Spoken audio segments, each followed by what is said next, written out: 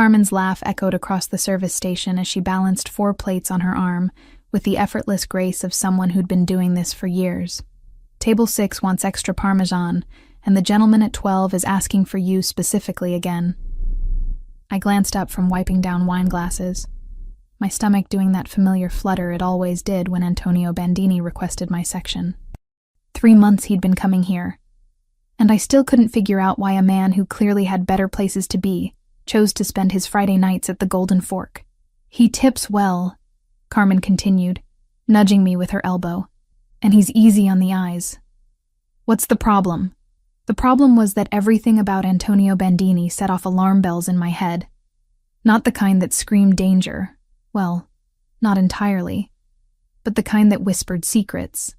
My degree in criminal psychology had trained me to read people, to spot the tells that most missed, and Antonio had tells written all over him in a language I was still trying to decode. No problem, I lied, smoothing down my black apron and checking my reflection in the stainless steel surface of the coffee machine. My blonde hair was still neatly twisted into its usual work bun, though a few strands had escaped during the dinner rush. At 26, I'd learned to present a competent, approachable image, essential in the service industry, where your paycheck depended on people liking you enough to leave decent tips. The dining room hummed with the usual Friday night energy. Couples celebrating anniversaries, business associates closing deals over expensive wine, groups of friends unwinding after long weeks. I'd become an expert at reading the social dynamics, understanding the subtle hierarchies and unspoken tensions that played out across white tablecloths and flickering candles. Tonight, though, something felt different. I'd first noticed it around 10:30 when a man in an expensive charcoal suit had taken table 8. Nothing unusual there. The Golden Fork attracted Chicago's well-dressed crowd. But this particular customer had ordered 3 drinks in the past hour without touching any of them. Instead, he sat with his back straight, shoulders tense, checking his watch with the obsessive regularity of someone operating on a precise timeline. More concerning was his positioning. Table 8 offered a perfect sight line to Table 12, Antonio's usual spot. Every few minutes, the man's gaze would drift in that direction, not obviously, but with the kind of peripheral awareness that spoke of professional surveillance. Then there was the guy at the bar. Mid-30s, expensive Italian leather shoes that probably cost more than my monthly rent, nursing the same whiskey for 45 minutes.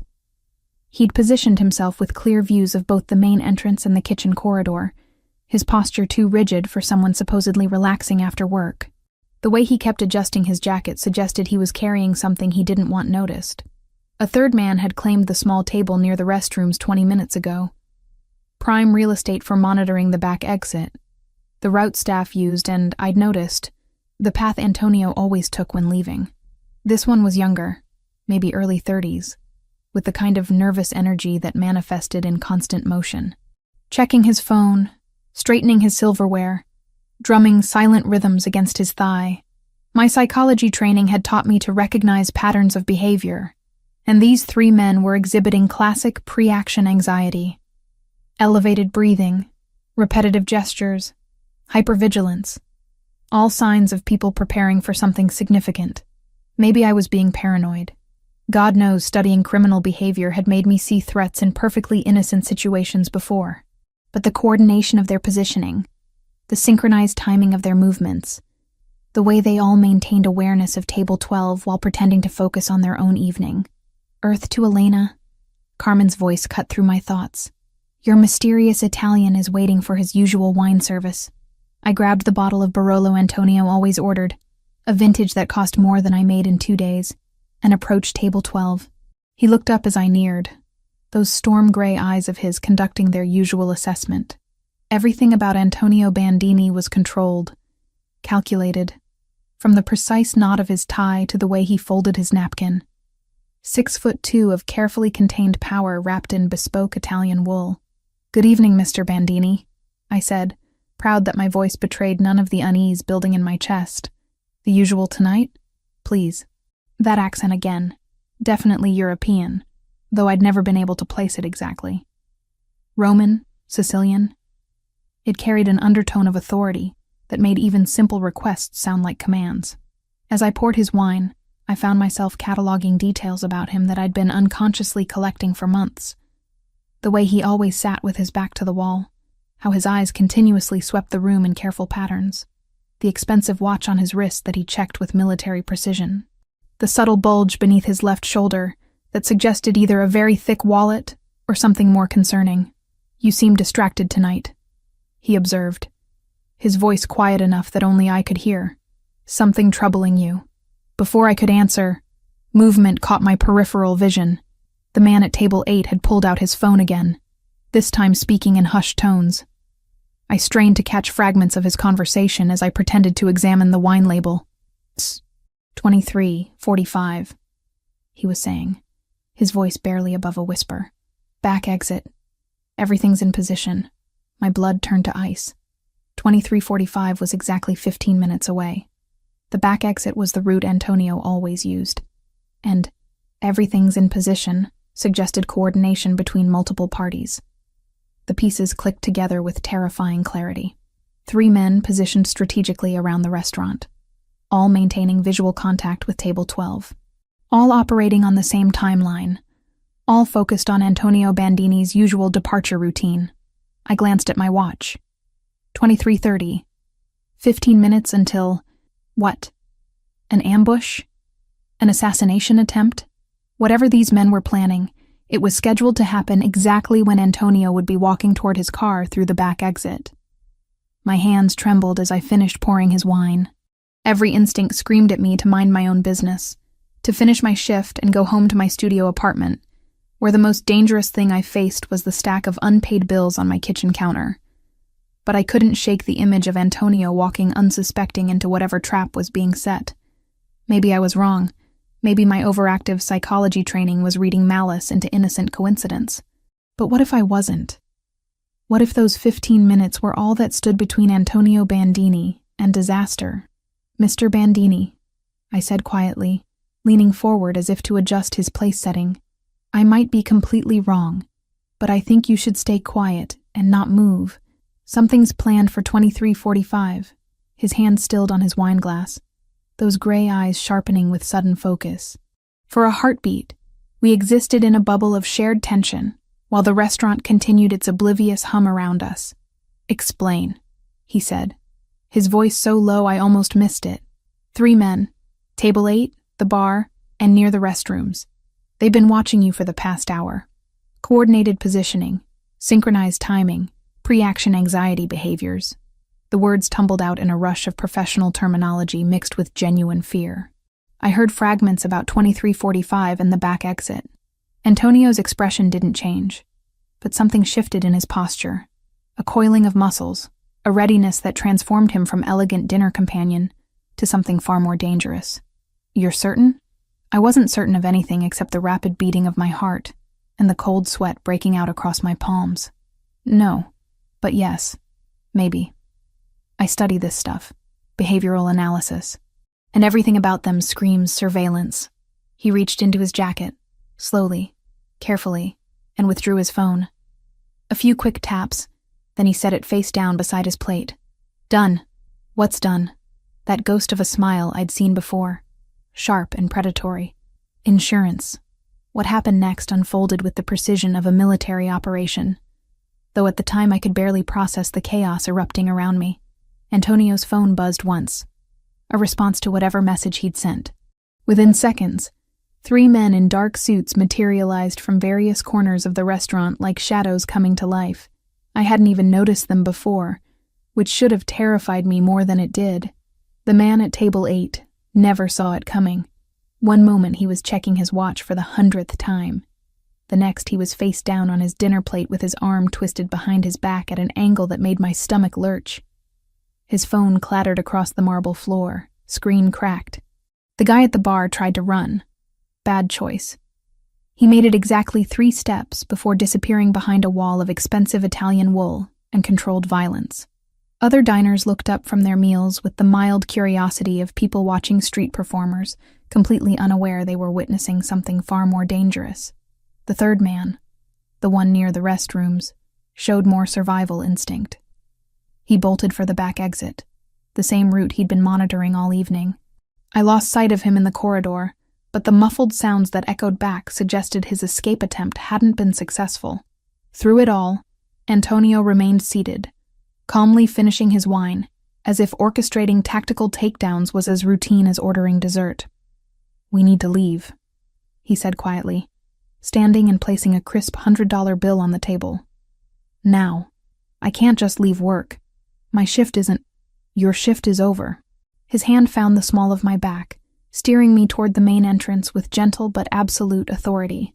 "Trust me when I say you don't want to be here when the police arrive to investigate what just happened." My legs felt disconnected from my brain as we walked through the dining room. Carmen caught my eye from across the restaurant, her expression confused as she watched me leave with a customer. I wanted to explain, to tell her I'd call later, but Antonio's pace never slowed. Outside, a black sedan waited with the engine running. Not the kind of coincidence that happened in normal people's lives. "Get in," Antonio said, opening the rear door. Every rational thought in my head screamed warnings. This was how people disappeared. This was how normal lives ended, and bodies ended up in rivers. But what choice did I have? I'd just witnessed what happened to people who crossed Antonio Bandini, and I was pretty sure refusing his invitation would put me in that category. The interior smelled like leather and expensive cologne. Antonio slid in beside me, maintaining careful distance while somehow still dominating the space. The driver, a mountain of a man with graying temples, pulled away from the curb without a word. "Where are you taking me?" I asked, proud that my voice only shook slightly. "Somewhere safe while we sort this out." "Sort what out?" "I don't even know what just happened back there." Antonio studied me with those storm-gray eyes, calculating something behind their depths. "You saved my life tonight. That tends to complicate things." We drove through Chicago's late-night streets in tense silence. I recognized the neighborhoods at first, familiar territory near my apartment building. But as we headed further north, the scenery shifted to areas I knew only from magazines and news reports about the wealthy elite. The safe house turned out to be a penthouse apartment in a gleaming tower that scraped the belly of the night sky. More armed men waited in the lobby, their presence transforming what should have been elegant surroundings into something that felt distinctly like a fortress. "This is temporary," Antonio assured me as we rode the private elevator to the 32nd floor. "Just until we understand the full scope of tonight's events." The apartment was stunning. Floor-to-ceiling windows offering panoramic views of the city, furniture that belonged in design magazines, art that probably cost more than most people's houses. But it was also clearly a place designed for security rather than comfort. No personal touches, multiple exit routes visible, and the subtle bulges under the jackets of the two men who'd followed us up suggested this was more prison than refuge. "I need to call my job," I said, fishing for my phone. "Carmen will be worried, and my manager—" "Already handled." A woman appeared from the kitchen area, moving with quiet efficiency. Mid-30s, elegant in an understated way, with intelligent dark eyes that missed nothing. "I spoke with your supervisor an hour ago. You've come down with food poisoning and won't be in for the next few days." I stared at her. "Who are you?" "Sofia Romano, Mr. Bandini's assistant." She extended a perfectly manicured hand. "I've prepared the guest room for you, and there are clothes in your size in the closet. If you need anything else, please let me know." "How do you know my size?" That same calculating look I'd seen from Antonio. "We're very thorough in our research, Miss Morrison." The casual mention of research sent fresh chills through me. How much did they know? How long had they been watching me? And why did I suddenly feel like a specimen under a microscope? Antonio had disappeared into another room. An office, judging by the glimpse of computers and communication equipment I caught before the door closed. Sophia gestured for me to follow her down a hallway, lined with abstract paintings that probably cost more than my college education. "You must have questions," she said as we walked. "About 1,000 of them, Mr. Bandini will answer what he can tomorrow. For tonight, try to rest. It's been an eventful evening." The guest room was larger than my entire apartment, decorated in soothing blues and grays that should have been calming but somehow weren't.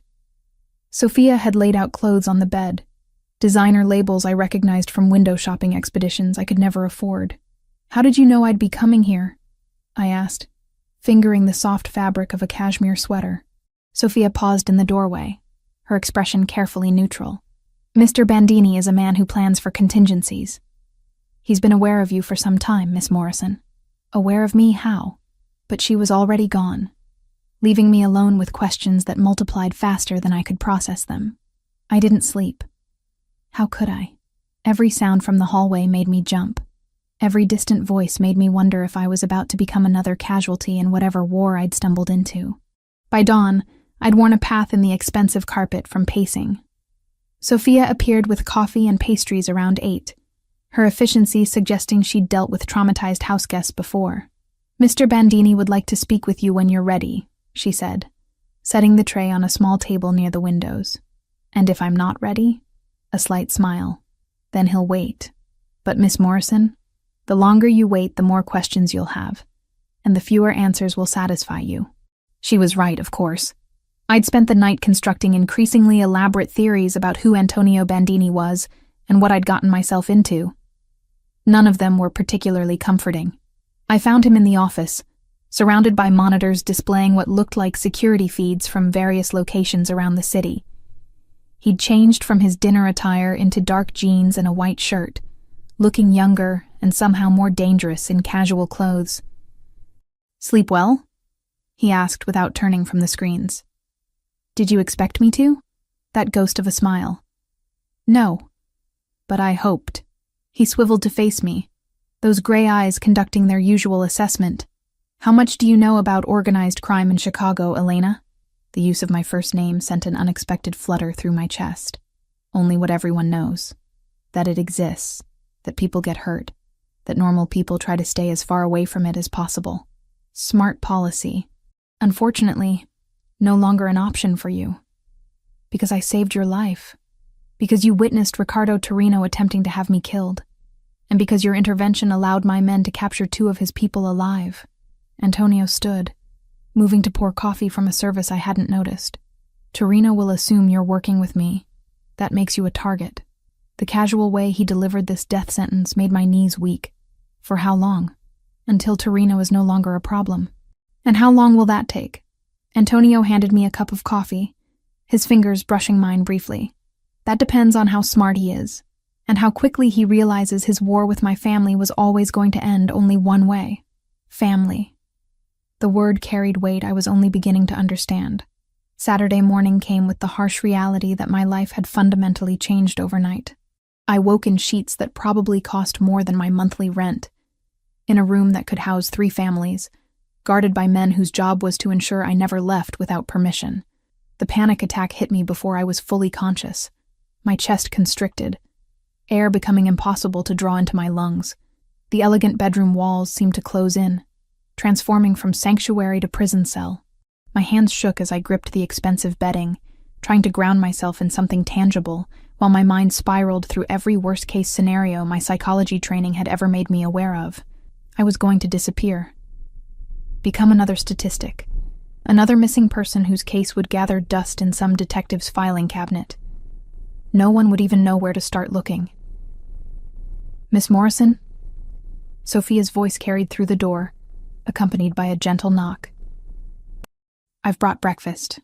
I forced myself to breathe slowly, counting to 4 on each inhale, holding for 4, exhaling for 6. The technique Dr. Martinez had taught me during my grief counseling after Mom died, back when panic attacks were about medical bills and funeral arrangements, not about being held captive by organized criminals. "I'm fine," I called out, proud that my voice sounded relatively normal. "May I come in?" Did I have a choice? Everything about my situation was phrased as requests, but the armed guards outside made it clear that refusal wasn't really an option. Sophia entered carrying a silver tray laden with coffee, fresh fruit, and what looked like homemade pastries. She moved with the same quiet efficiency I'd noticed before, setting everything on the small table near the windows overlooking the city. "Mr. Bandini had to leave early this morning," she said, pouring coffee into delicate china cups. "Business matters requiring his attention. Business matters. A euphemism that could mean anything from board meetings to executions. When can I go home?" Sophia's hands stilled for just a moment, the first crack in her professional composure I'd witnessed. That depends on several factors currently outside our control. You mean it depends on whether Riccardo Torino decides to kill me or not? Mr. Bandini won't let that happen. The certainty in her voice should have been comforting. Instead, it reminded me that my survival now depended entirely on the whims of a man I barely knew. A man whose world operated by rules I couldn't begin to understand. I spent the morning pacing the penthouse like a caged animal. The apartment was stunning. Floor-to-ceiling windows offering panoramic views of Chicago. Furniture that belonged in design magazines. Artwork that probably cost more than most people made in a lifetime. But beauty couldn't disguise the fact that I was essentially a prisoner. Every door led to rooms I wasn't supposed to enter. Every window was 40 stories above the ground. Every exit was monitored by men who smiled politely while making it clear that leaving wasn't an option. By afternoon, I'd worked myself into such a state of anxious energy that I decided to test the boundaries of my captivity. I need some air, I told Sophia. Maybe a walk around the building? Her expression remained perfectly neutral. I'm afraid that's not possible at the moment. Then maybe the lobby? Just to feel like I'm not completely trapped? Miss Morrison, I understand this is difficult, but... No, you don't understand. The words exploded out of me with more force than I'd intended. You don't understand what it's like to have your entire life turned upside down because you tried to do the right thing. You don't understand what it's like to be told you're a target for murder because you warned someone about an assassination attempt. And you definitely don't understand what it's like to be imprisoned in a golden cage by the same person you saved. Sophia absorbed my outburst without flinching, her composure intact. You're right. I don't understand those specific circumstances. But I do understand being caught between impossible choices and dangerous people. Something in her tone made me look at her more carefully. Really look. Past the professional demeanor and expensive clothes. Her eyes held shadows that spoke of experiences she'd never share. Of decisions that had cost her more than she'd ever admit. How long have you worked for him? 7 years. And in those 7 years, how many people like me have you had to accommodate? A slight smile touched her lips. You're the first. That should have made me feel special. Instead, it made me feel like an experiment. Sunday brought a second panic attack and my first escape attempt. I waited until I heard Sophia leave for what she called her weekly errands, then made my move. The guards at the front entrance were positioned to watch for people coming in, not necessarily for residents going out. If I moved with confidence, dressed appropriately, maybe I could simply walk past them like I belonged there. I made it exactly 3 floors down in the elevator before it stopped between floors. The lights dimmed, then came back up, and when the doors opened again, one of Antonio's men was waiting for me. Miss Morrison, he said politely, as if encountering me in an elevator between floors was perfectly normal. Mr. Bandini asked me to escort you back to the apartment. The shame of being caught trying to escape burned hotter than the fear. I'd acted like a frightened child instead of the educated woman I was supposed to be. But what choice did I have? Sit quietly and wait for someone to decide my fate. Antonio returned that evening, his presence filling the apartment with an energy that made my skin prickle with awareness. He'd changed from his morning suit into dark jeans and a black sweater, looking younger and somehow more dangerous in casual clothes. I hear you had an eventful day, he said, pouring himself a glass of whiskey from a crystal decanter. Heat flooded my cheeks. I needed some air. And you thought wandering Chicago alone while Riccardo Torino has a price on your head was a good way to get it. I thought maybe I could go back to my normal life and pretend none of this happened. He turned to face me, those storm-gray eyes conducting their usual assessment. Your normal life ended Friday night when you chose to warn me instead of minding your own business. So I'm being punished for doing the right thing? You're being protected because doing the right thing put you in the crosshairs of very dangerous people. The rational part of my brain understood the logic, but the emotional part, the part that felt like a prisoner despite the luxury surroundings, wanted to scream at the unfairness of it all. Tell me about your mother, Antonio said suddenly, the apparent non sequitur catching me off guard. What about her? Sophia mentioned she passed away recently. The medical bills that forced you to take the waitressing job.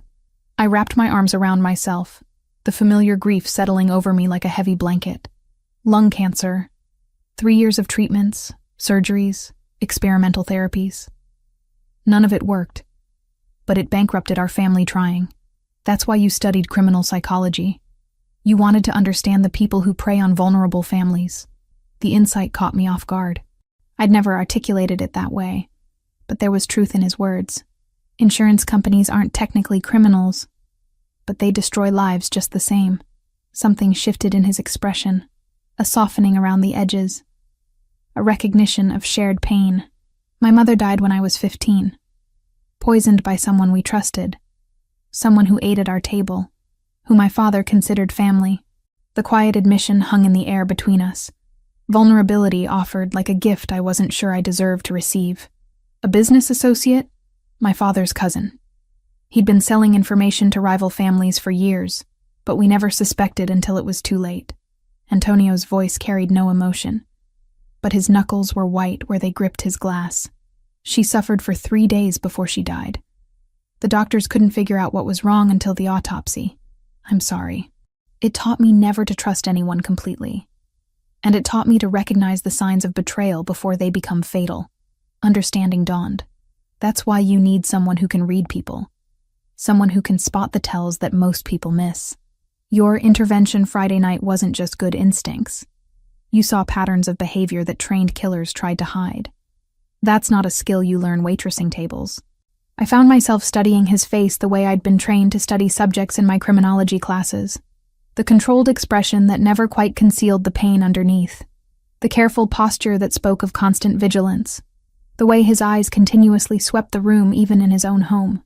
You don't trust anyone, do you? Trust is a luxury I can't afford. That sounds like a lonely way to live. For a moment, something raw and honest flickered across his features. Loneliness is better than betrayal. That night, sleep eluded me completely. I lay in the expensive sheets staring at the ceiling, processing the conversation with Antonio, trying to reconcile the dangerous criminal with the grieving 15-year-old who'd watched his mother die from poison administered by family. At 3 a.m, I gave up on sleep and padded to the kitchen in search of water. The apartment was dark, except for the city lights filtering through the massive windows, creating patterns of light and shadow across the marble floors. I wasn't alone. Antonio stood at the kitchen island, fully dressed despite the late hour. Steam rose from 2 cups sitting on the granite counter, and the rich aroma of coffee filled the air. Couldn't sleep either? He asked without turning around. Too much to process. He handed me one of the cups. Perfect espresso in delicate china. It's an old family recipe. My mother used to make it when I had nightmares. The gesture was so unexpectedly intimate that it caught me off guard. This wasn't the calculated crime boss or the controlled businessman. This was just a man sharing something precious from his past. We stood in comfortable silence, drinking coffee in the soft glow of the city lights.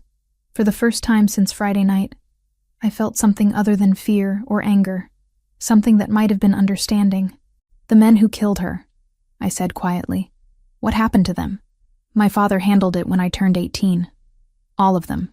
And the cousin? Antonio's smile in the darkness was sharp as broken glass. That one was mine. 2 weeks of living in Antonio's gilded cage had taught me the subtle rhythms of his world. The way conversations stopped when he entered rooms. How grown men twice my size deferred to his quiet authority. The careful dance of power that played out in gestures too small for outsiders to notice, but too significant for insiders to ignore. When he finally agreed to let me return to the Golden Fork, it came with conditions that made my previous captivity seem like freedom. Vincent will drive you to and from work, Antonio explained over breakfast, his tone suggesting this wasn't negotiable.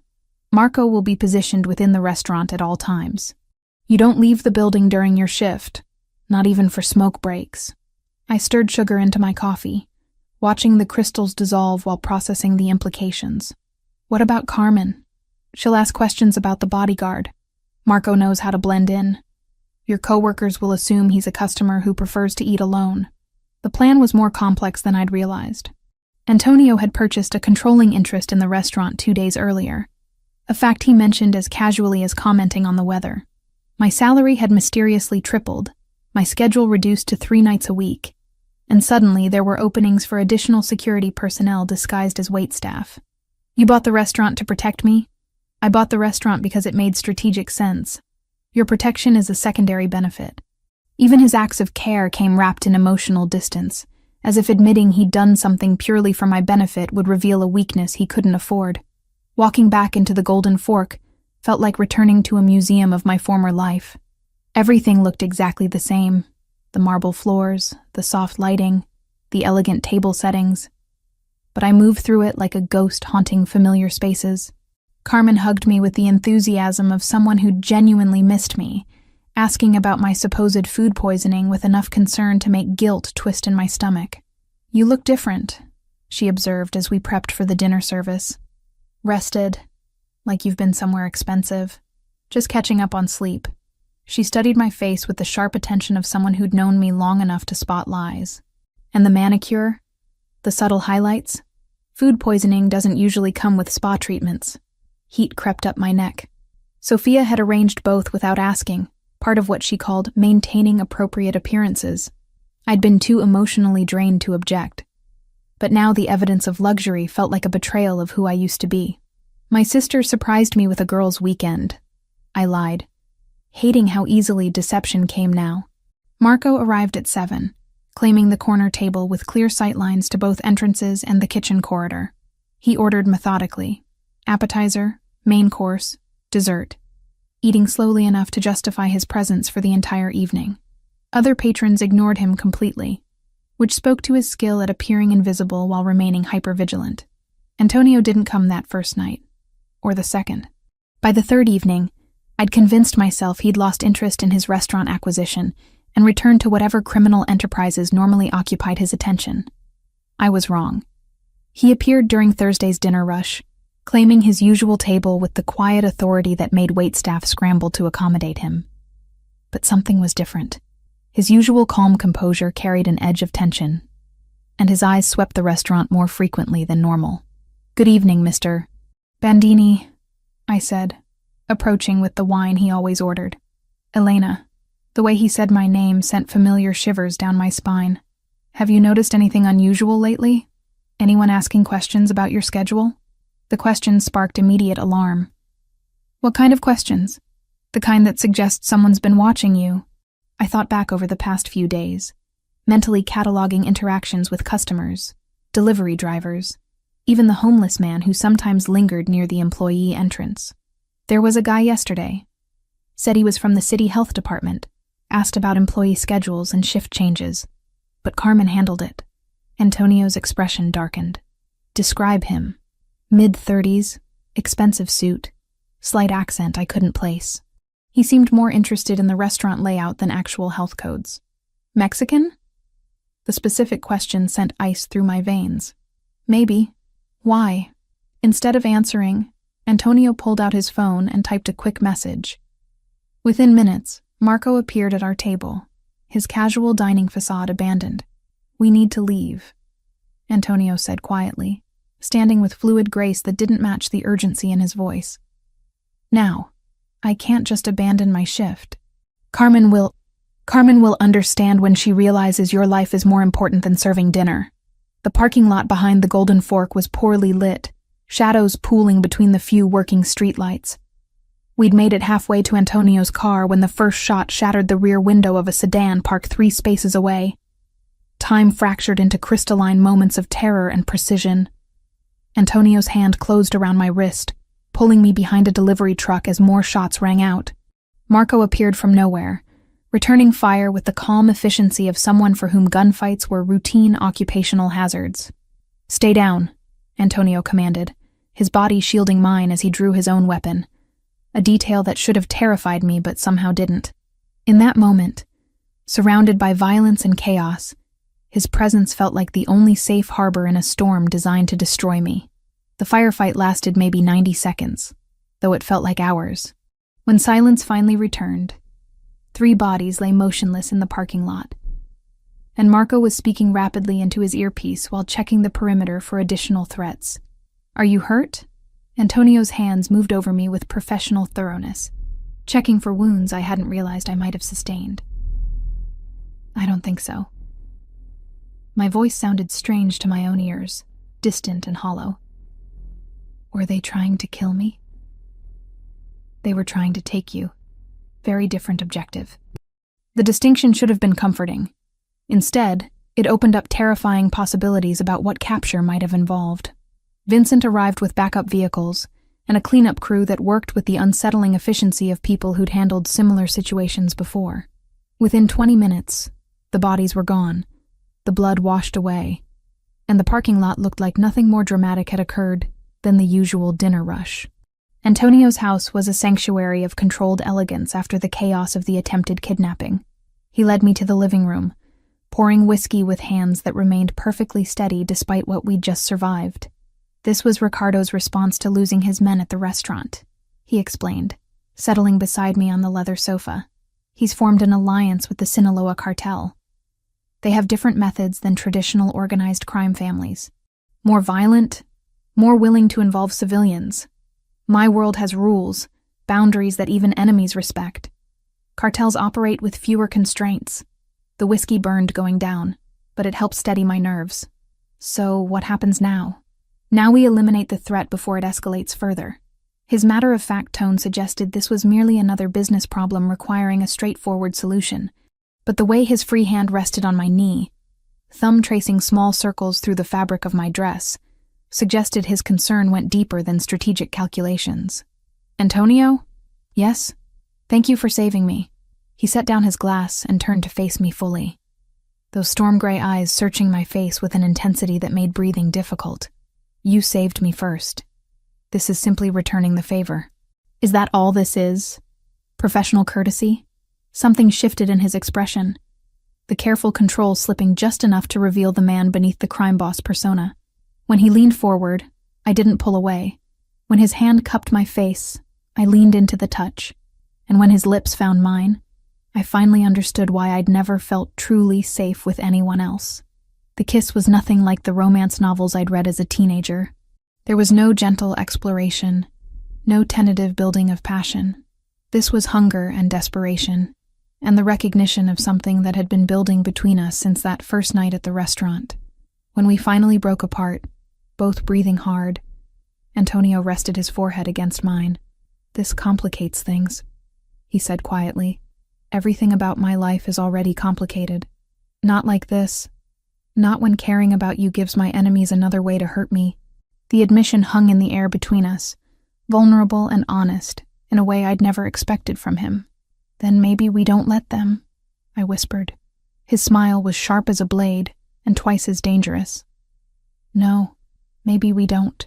3 weeks had passed since that first night at the Golden Fork, and I was finally beginning to understand the careful choreography of Antonio's world, the way conversation shifted when he entered rooms, how his men communicated in glances and subtle gestures, the delicate balance of power that required constant vigilance to maintain. What I hadn't expected was how natural it would feel to be part of that world. The realization hit me Thursday evening as I watched Antonio review security reports in his study. He'd loosened his tie, rolled up his shirt sleeves, and something about the domestic intimacy of the moment made my chest tighten with unexpected longing. This dangerous, controlled man was becoming more than just my protector. He was becoming someone I cared about in ways that terrified me. You're staring, he said without looking up from the documents. I'm observing. There's a difference. That ghost of a smile I'd grown to love. And what are you observing? That you're more relaxed here than anywhere else. Your shoulders don't carry the same tension when you're behind that desk. He set down the papers and leaned back in his chair, those storm-gray eyes conducting their usual assessment. This room is the only place where I don't have to worry about threats from unexpected directions. Because you control the variables. Because I trust the security. He paused, something shifting in his expression. And because I trust you. The admission hung in the air between us, weighted with significance I was only beginning to understand. In Antonio's world, trust was currency more valuable than money, more dangerous than weapons. Antonio, I said softly, moving around the desk to stand beside his chair. He reached up, fingers tracing the line of my jaw with exquisite care. I never intended for this to happen. For what to happen? For you to matter this much. Before I could respond, his hands were in my hair, pulling me down until his mouth found mine. This kiss was different from our first. Deeper, more desperate. carrying the weight of 3 weeks of carefully maintained distance finally crumbling. When he lifted me onto the desk, scattering papers with careless abandon, I didn't protest. When his hands traced the curves of my body with reverent attention, I welcomed his touch. And when he whispered my name like a prayer against my throat, I understood that whatever happened next would change everything between us. We made love with the desperate intensity of people who'd been denied something essential for too long. Every touch was a confession, every kiss a promise neither of us was sure we could keep. In that moment, surrounded by the trappings of his dangerous world, Antonio wasn't a crime boss. He was just a man who'd found something worth protecting beyond his own power. Afterward, as we lay entwined on the leather sofa, his fingers tracing lazy patterns across my bare shoulder, I felt safer than I had since childhood. "Stay tonight," he said quietly. "I'm not going anywhere." But morning brought harsh realities that shattered the illusion of safety we'd built in the darkness. I was in the kitchen making coffee when Sophia appeared with the morning security briefings, a routine I'd grown accustomed to over the past weeks. But something in her expression made my blood turn cold. "There's something you need to see," she said, setting a manila folder on the marble counter with careful precision. Inside were photographs. Crime scene photos, from the look of the yellow tape and evidence markers. A young man lay sprawled across the floor of what appeared to be a small apartment, his face peaceful despite the obvious violence that had ended his life. "Who is this?" I asked, though something about the victim's features seemed familiar. "Jimmy Torino, age 24. He worked as a delivery driver for Marcelli's Italian Kitchen." Marcelli's, the restaurant where I'd worked before, the Golden Fork, where I'd spent 6 months serving pasta to families and couples on dates. Jimmy had been one of the regular delivery drivers, always polite, always smiling, always asking about my studies when he picked up orders. "Why are you showing me this?" Sophia's expression remained carefully neutral. "He was eliminated 2 days ago on Mr. Bandini's orders." The folder slipped from my suddenly nerveless fingers, photographs scattering across the floor. "What?" "Jimmy Torino was selling information about your previous employment, your schedule patterns, your routes home. He provided the Mexican cartel with details that would have made it easier to take you." I stared at the photos, Jimmy's face smiling up at me from what looked like a driver's license image clipped to the file. Sweet, harmless Jimmy, who'd always remembered my name and asked about my mother's health during her final months. "He was just trying to make extra money," I whispered. "Extra money that would have gotten you killed." But he didn't know that. He couldn't have understood. The information he sold was specifically about you, Miss Morrison. Your address, your work schedules, even details about your sister's college in Milwaukee. That level of detail doesn't happen by accident. The kitchen walls seemed to close in around me. Jimmy was dead because Antonio had decided his potential threat to me outweighed his right to live. A 24-year-old kid with student loans and big dreams had been executed because he'd made a stupid decision about easy money. Where is Antonio? He had meetings this morning. He should return around. I didn't wait for her to finish.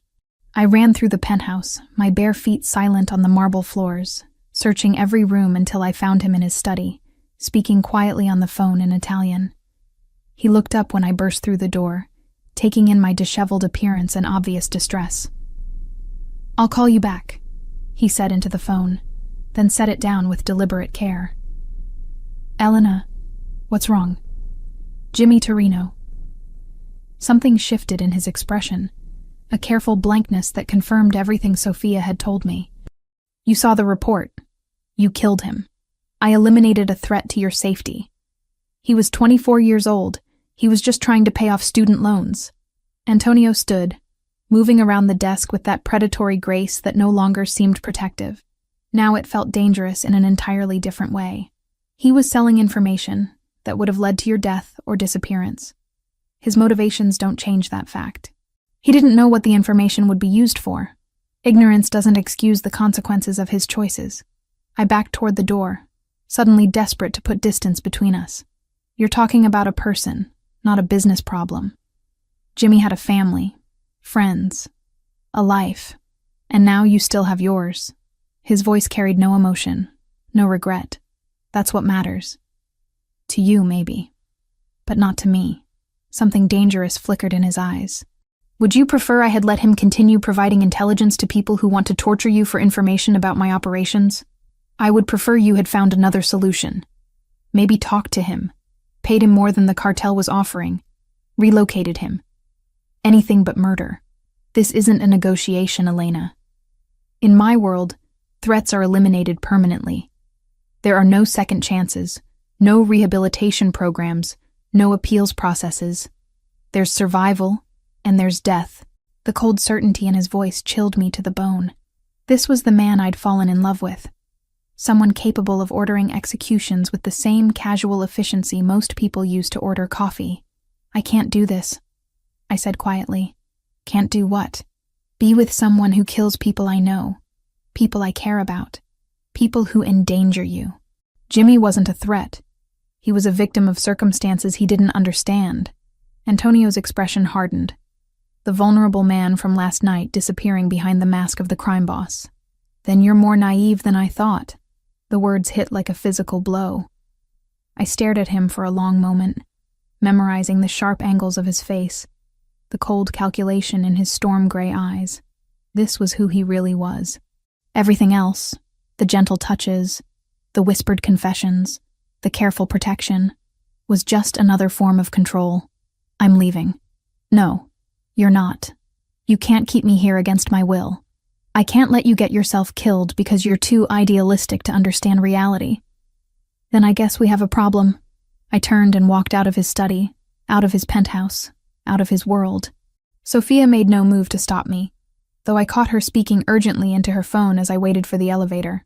The guards in the lobby nodded politely as I passed, their expressions betraying nothing about whether they'd been ordered to let me go or stop me. By evening, I was on a Greyhound bus heading toward Detroit, watching Chicago disappear in the distance as darkness fell.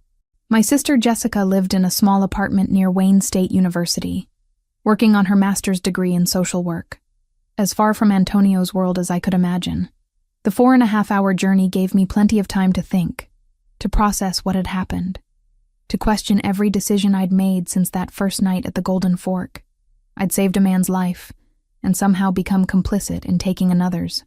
I'd fallen in love with someone whose moral compass operated by rules I couldn't accept. Jessica met me at the Detroit bus station with questions in her eyes, and enough wisdom not to ask them immediately. She'd inherited our mother's intuitive understanding of when someone needed comfort more than explanations. Bad breakup? She asked as we drove through the city streets toward her apartment. Something like that. But even as I settled into her spare bedroom, trying to convince myself I'd made the right choice, I couldn't shake the feeling that leaving Chicago had only made me more vulnerable, not safer. 2 days later, I would discover just how right that feeling had been. Detroit was supposed to be my sanctuary. Jessica's small apartment near Wayne State University felt worlds away from Antonio's penthouse, and the violence that had consumed my life in Chicago. For 2 days, I almost convinced myself I could disappear into academia and normal sisterly conversations about grad school stress and weekend plans. I was making coffee Tuesday morning when Jessica's phone rang. She glanced at the caller ID and frowned. "Unknown number," she muttered, but answered anyway. "Hello?" I watched her face change from mild annoyance to confusion to stark terror in the space of heartbeats. The phone slipped from her suddenly nerveless fingers, clattering across the kitchen floor. "Jess, what's wrong? They know about you. They said..." Her voice broke. "Elena, they said they're coming for both of us." Ice flooded my veins. "Who said that?" "I don't know." The voice was accented, maybe Spanish. "They knew your name, knew you were here, knew about Mom's medical bills, even knew about my thesis project. They said if you didn't come with them willingly, they'd take me instead." The coffee mug slipped from my hands, ceramic exploding across the linoleum floor. Antonio had been right. Leaving Chicago hadn't made me safer. It had just put Jessica in danger too. "Pack a bag," I said, my mind racing through possibilities. "Right now. We need to leave." "Elena, what's going on? Who were those people?" "I'll explain later." "Just pack whatever you can carry and..." The apartment door exploded inward, splinters of wood flying like shrapnel. 3 men in tactical gear poured through the opening, weapons drawn, moving with military precision that made my blood freeze. "Jessica Morrison," the lead man said in heavily accented English. "You come with us." "No." I stepped in front of my sister, hands raised. "Take me. I'm the one you want." He smiled, revealing gold-capped teeth. "We want you to watch. To understand consequences of running from people who own you." Before I could react, one of the other men had Jessica's arm twisted behind her back, a cloth pressed over her mouth and nose. She struggled for maybe 10 seconds before going limp. 48 hours, Goldtooth said, turning his attention back to me. "You return to Chicago. You tell Bandini we have his woman's sister. He brings what we want, or she disappears forever. What do you want? Territory. Respect. Things your Mafia boyfriend stole from our organization. They were gone before I could process what had happened, leaving me alone in Jessica's destroyed apartment with the acrid smell of chemical sedatives lingering in the air. I called Antonio from Jessica's landline, my hands shaking so badly I could barely dial. He answered on the first ring. "Elena, they have Jessica." Silence for 3 heartbeats. When he spoke again, his voice carried the cold precision that meant someone was about to die. "Where are you?" "Detroit. They said 48 hours. They want territory and respect." "I'm already in the car. Send me the address." "Antonio, Save it. We'll discuss your decision to run later. Right now we focus on getting your sister back alive." He arrived 6 hours later with an entourage that transformed Jessica's quiet neighborhood into a staging ground for military operations.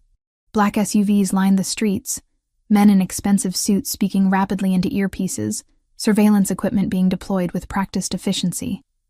Antonio found me sitting on Jessica's couch, still in the clothes I'd slept in, staring at the blood on the carpet where she'd scraped her knee during the struggle. "Tell me everything," he said, settling beside me with careful distance. I recounted the morning's events in clinical detail, my psychology training helping me remember specifics that might be important. The accents, the timing, the equipment they'd used, even the particular chemical smell that suggested military-grade sedatives. "Sinaloa," he said when I finished. "Ricardo's been busy building alliances. Can you get her back?" Something flickered in his expression. Not quite vulnerability, but close.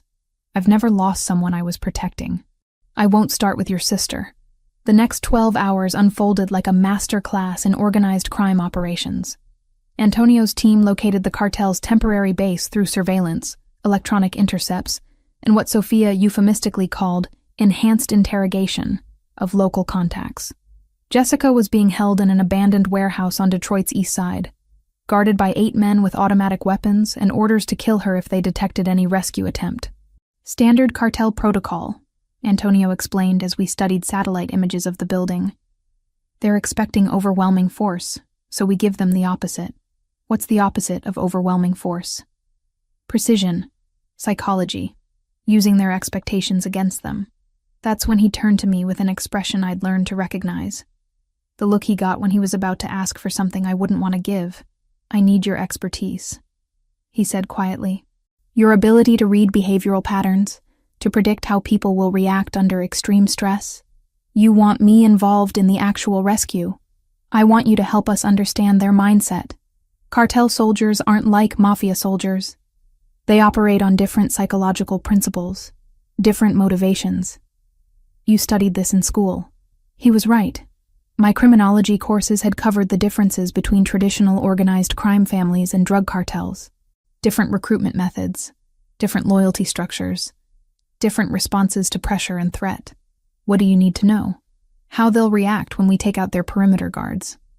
Whether they'll kill Jessica immediately or try to use her as a bargaining chip. What kind of psychological pressure will make them make mistakes. I found myself drawn into the tactical planning, despite every rational instinct screaming that this was madness.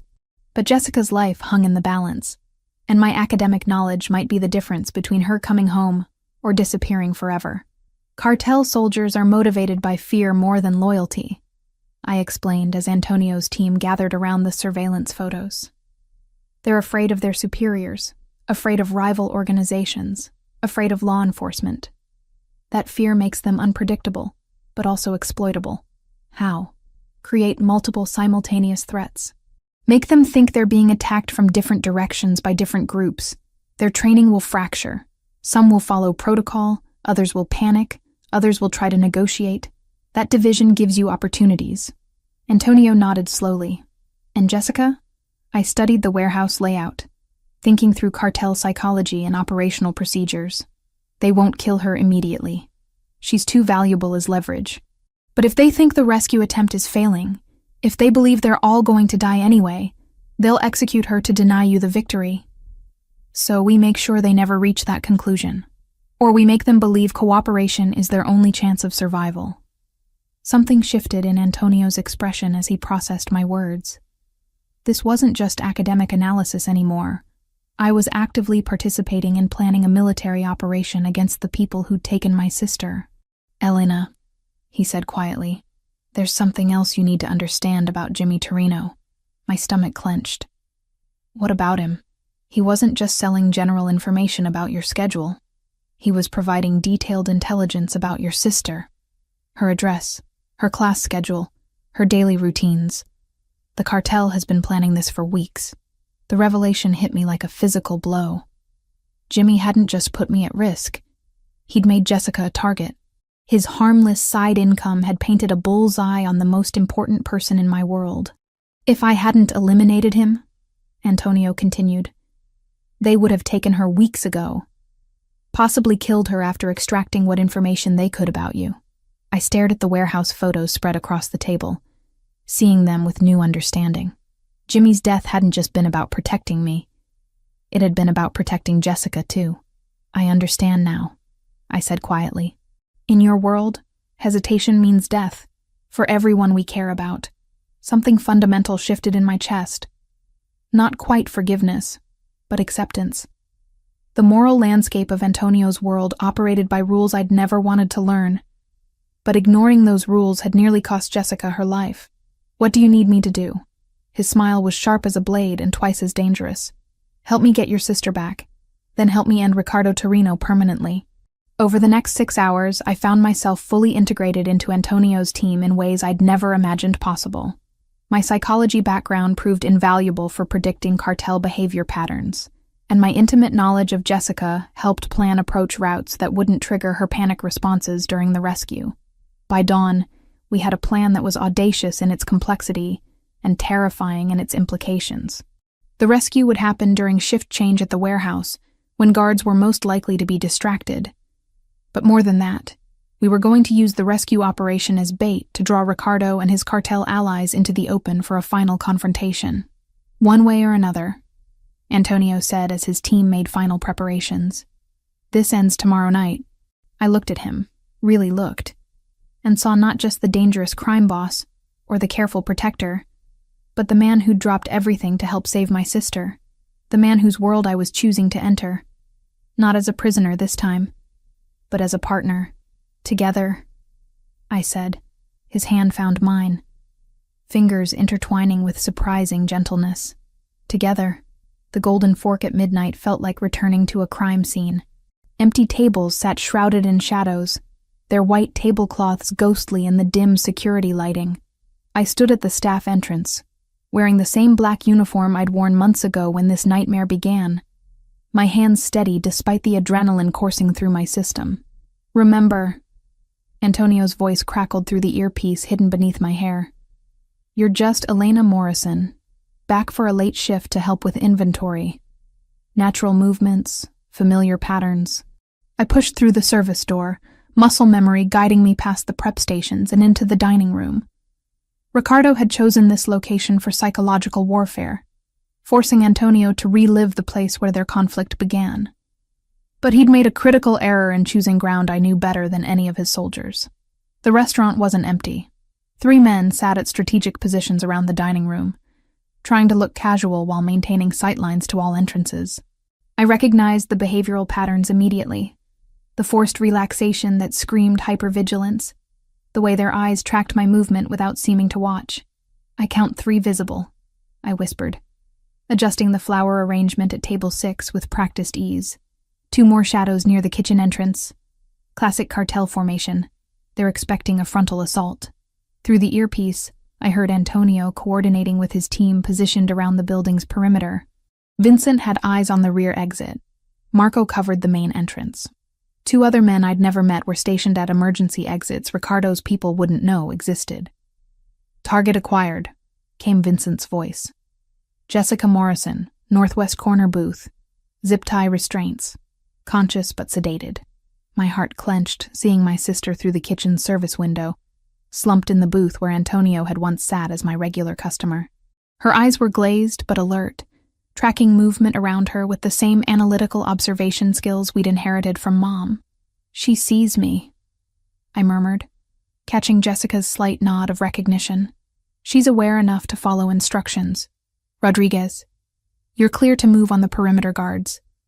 Antonio's voice carried deadly calm through the comm system. "Elena, we need eyes on Ricardo." I moved through my old workspace with deliberate familiarity, checking wine inventory while scanning for the man who'd turned my life into a war zone. The psychological analysis I'd provided proved accurate. Cartel soldiers operated differently than Mafia soldiers, their paranoia making them jumpy, reactive rather than strategic. That's when I saw him. One of Antonio's men, positioned near the bar with a clear view of the dining room, displayed all the micro-expressions I'd studied in my behavioral analysis courses. Rapid eye movements, involuntary swallowing, the slight tremor in his hands that suggested extreme stress. But not the stress of impending combat, the stress of deception. "Antonio," I whispered, "the man at the bar. Dark suit, positioning himself behind you. He's showing deception markers.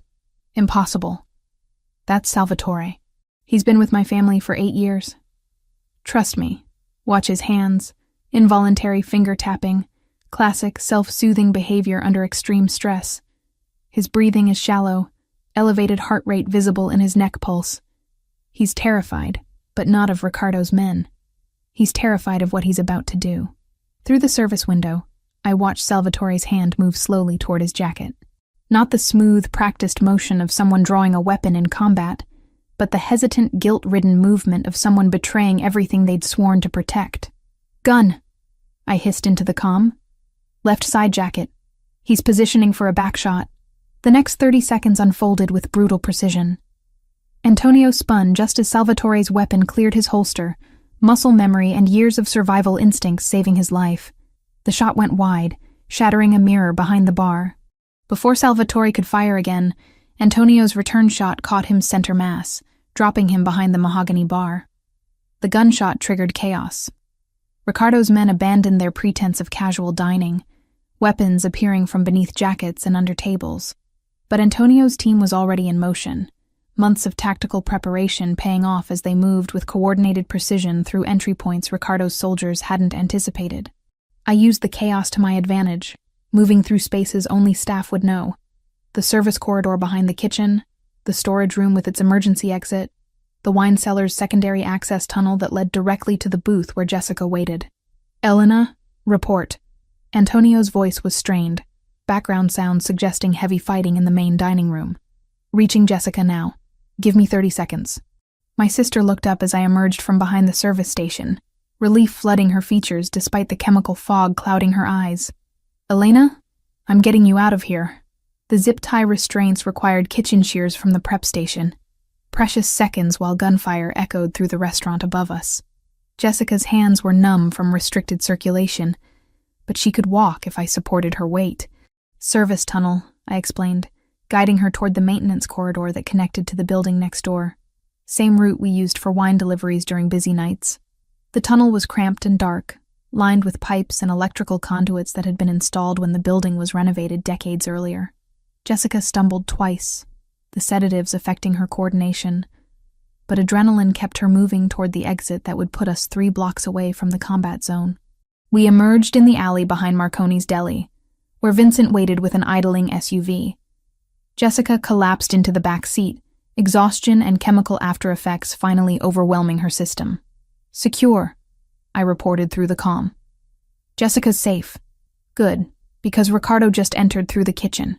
I looked back toward the Golden Fork, seeing muzzle flashes through the windows, knowing Antonio was fighting for his life in the place where we'd first met. Every instinct screamed at me to run, to get Jessica to a hospital, to put as much distance as possible between us and the violence. Instead, I found myself running back toward the restaurant. "Elena, what are you doing?" Vincent's voice chased me down the alley. "My job." I knew the Golden Forks layout better than anyone fighting inside it. I knew the blind spots, the service routes, the structural weaknesses that decades of operation had revealed. And I knew that Ricardo would retreat to the kitchen when pressed. It offered multiple escape routes and defensible positions. The kitchen access was through the loading dock, a route that bypassed the main fighting. I could hear Antonio and Ricardo's voices echoing off the stainless steel surfaces, their confrontation having devolved into the personal, primal combat that would end only with death. "You made this personal when you took her sister." Antonio's voice carried cold fury. "I made it profitable. Your attachment to the girl shows weakness. Weakness your enemies will exploit."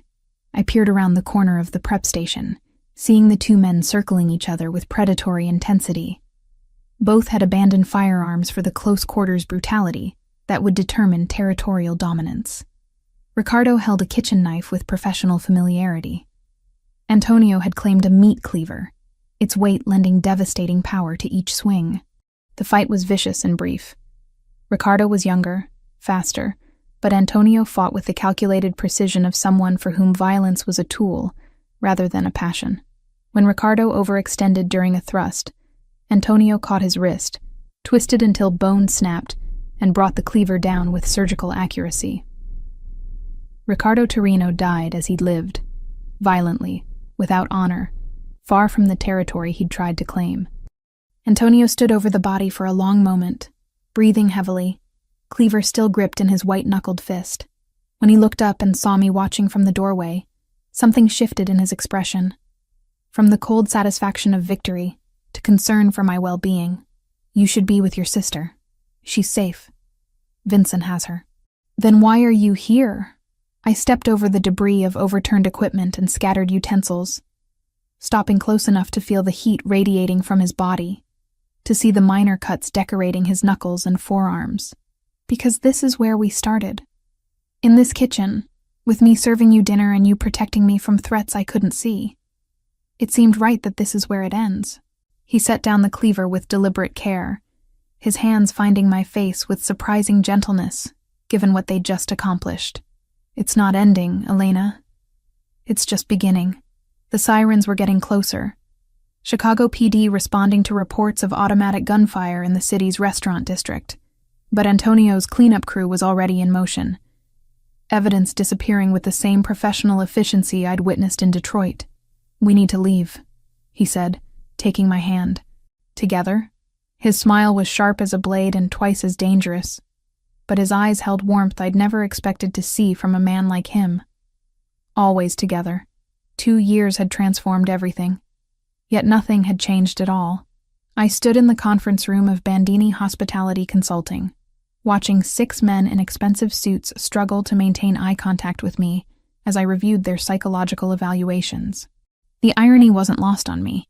I'd gone from serving wine to mob bosses to psychologically profiling potential mob soldiers, all while maintaining the fiction that I ran a legitimate business consultancy.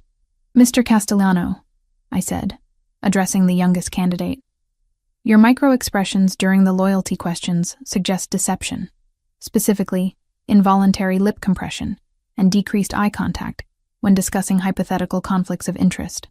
The 28-year-old shifted uncomfortably, his hands betraying the nervous energy I'd learned to recognize in people hiding dangerous secrets. Behind the one-way glass, I knew Antonio was watching, evaluating my assessment alongside his own instincts about which men could be trusted with his family's operations. "Tell me about your gambling debts," I continued, noting how his pupils dilated at the direct question. 3 of the 6 candidates would be eliminated based on psychological risk factors I'd identified. The other 3 would join the Bandini organization in various capacities: legitimate restaurant management, security consultation, and what Sophia delicately termed specialized problem resolution. My phone buzzed with a text from Antonio. "Impressive as always. Dinner at home tonight? The doctor's appointment is at 3. I touched my still flat abdomen reflexively, 4 months of pregnancy barely showing despite the morning sickness that had been plaguing me for weeks. Dr. Martinez assured us everything was progressing normally, but Antonio's protective instincts had shifted into overdrive since we'd confirmed the pregnancy. The Bandini restaurant empire had grown from the single location where we'd met to 12 establishments throughout Chicago and Milwaukee. Each served dual purposes: legitimate businesses that employed local communities and provided excellent food, while also functioning as secure meeting locations and communication hubs for Antonio's less legal enterprises. I'd become indispensable to the operation, not as Antonio's wife or the future mother of his child, but as a professional whose expertise in behavioral analysis had prevented 3 attempted infiltrations by law enforcement and identified 2 potential traitors before they could cause significant damage. "Mrs. Bandini," Castellano said, using the formal address that still sent shivers down my spine. "I can explain about the gambling." "No need," I interrupted, making notes in his file. "Acknowledging the debt shows integrity. Lying about it would have been disqualifying. Your psychological profile suggests you're motivated by family loyalty rather than personal gain, which makes you suitable for customer relations management rather than security work." The distinction mattered in Antonio's world. Customer relations meant interfacing with legitimate businesses and maintaining the respectable facade that kept authorities from looking too closely at Bandini operations. Security work meant being trusted with family secrets that could destroy everything if revealed. After the evaluations concluded, I retreated to my office, a space that straddled the line between legitimate psychology practice and organized crime consulting. My degrees hung on the walls alongside certificates in crisis negotiation and behavioral analysis, professional credentials that provided perfect cover for the real work I performed. Sophia appeared with my afternoon coffee, a routine we'd maintained since my return from Detroit 2 years earlier. "The Torino territory has been fully integrated," she reported, setting down the cup with her usual efficiency. "Revenue projections for the restaurant division are exceeding expectations by 30%. I nodded, reviewing the quarterly reports that told 2 stories. One for tax authorities showing healthy profits from legitimate food service operations, another for Antonio detailing the actual revenue streams that funded our lifestyle and operations. Any behavioral concerns with the new hires? 2 servers at the Lincoln Park location show signs of potential substance abuse issues. Marco recommended monitoring rather than immediate termination. Smart. Firing people created resentment and potential security risks. Monitoring them allowed us to provide help if needed, or gather intelligence if they became compromised by law enforcement seeking informants. The doctor's appointment confirmed what we already knew. Our daughter was developing normally, with a due date in early September. Antonio's hand never left mine during the ultrasound, his usual composed demeanor cracking slightly when the technician pointed out tiny fingers and toes on the grainy image. "Have you considered names?" Dr. Martinez asked as we scheduled the next appointment. "Isabella," Antonio said immediately. "After my mother." I squeezed his hand, understanding the significance. Naming our daughter after the woman whose death had shaped Antonio's worldview was both tribute and promise. That this child would grow up protected in ways his mother never was. That evening, we sat in our private study reviewing security reports from the training facility Antonio had built in an abandoned warehouse on Chicago's South Side. What appeared to be a corporate team-building center actually served as a finishing school for organized crime professionals, teaching everything from defensive driving to digital counter-surveillance to the kind of behavioral analysis I'd pioneered. "The Martinez brothers graduated yesterday," Antonio reported, showing me files on 2 young men who'd completed the 8-week program. "They'll be managing the new Milwaukee expansion." I reviewed their psychological profiles, noting the markers that suggested loyalty, intelligence, and the particular kind of moral flexibility required for success in Antonio's organization. They'd be successful. I'd recommended them personally after conducting extensive behavioral evaluations. "And the Santini situation?" Antonio's expression hardened. "Resolved permanently. Vincent confirmed the elimination this morning." I didn't flinch anymore at casual mentions of murder. 2 years of living in Antonio's world had taught me that violence was simply another business tool, applied with the same calculated precision as any other operational decision. The psychological adjustment had taken months, but I'd learned to compartmentalize the moral implications in service of protecting the family we were building. Our wedding had been small, private, held in the chapel of a cathedral. Antonio's family had supported for 3 generations. Jessica had served as my maid of honor, her own psychological recovery from the kidnapping, complete enough that she'd finished her master's degree and accepted a position at a Detroit social services agency. She understood, if she didn't entirely approve of, the choices I'd made. "I have something for you," Antonio said, producing a small velvet box from his desk drawer. Inside was a pair of earrings, sapphires surrounded by diamonds, elegant enough for any social occasion, but fitted with nearly invisible tracking devices that would allow his security team to locate me within 3 feet, anywhere in the city. "They're beautiful," I said, meaning it despite understanding their dual purpose. "And functional. The battery life is 6 months, and they're waterproof to 30 meters. I put them on immediately, appreciating how they complemented the engagement ring that had replaced my simple wedding band 6 months earlier. Everything in our life served multiple purposes: beauty and function, legitimate business and criminal enterprise, love and strategic alliance. The mansion we called home sat on 20 acres north of the city, surrounded by walls, cameras, and enough security personnel to repel a small army. But inside those walls, we'd created something that felt remarkably like a normal life. Antonio cooked elaborate Italian dinners on weekends. I maintained a small garden where I grew herbs for the restaurants. We read together in the evenings, discussing everything from business strategy to baby names to the psychological profiles of people who'd requested audiences with the head of the Bandini family. My consulting practice had grown beyond Antonio's organization, attracting clients from law enforcement agencies, corporate security firms, and even other crime families seeking psychological evaluation services. The reputation I'd built as Dr. Elena Morrison Bandini, specialist in behavioral analysis and threat assessment, provided perfect cover for my real work while generating substantial legitimate income. 6 months remained until our daughter's arrival. 6 months to finalize the succession planning that would eventually see Antonio transition from hands-on operational control to strategic oversight. The empire we were building would someday be hers, legitimate businesses backed by the kind of power and protection that only a true crime family could provide. I stood at the window of our bedroom, watching the sun set over the lake that bordered our property, feeling Isabella move restlessly in response to my shifting position. In the distance, lights were coming on in the training facility, where tomorrow's class of carefully selected candidates would learn the skills necessary for success in our world. Antonio appeared behind me, his arms circling my waist with practiced care, his hands settling protectively over our growing child. "Any regrets?" he asked quietly.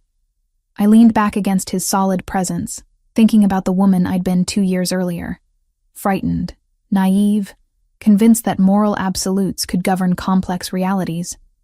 That Elena Morrison would have been horrified by the choices I'd made, the world I'd embraced, the man I'd married. "None," I said, and meant it completely. Our reflection in the window showed what we'd become. A crime boss and his psychologist wife, partners in every sense of the word, building an empire that would last generations. Isabella kicked as if in approval, already part of the family business that would someday be her inheritance. Outside our fortress, Chicago hummed with activity, unaware that significant portions of its restaurant industry, its security consulting services, and its behavioral health networks were controlled by the couple standing at this window, planning a future that balanced legitimate success with the kind of power that could only be built on carefully controlled violence. From now on, we were exactly where we belonged,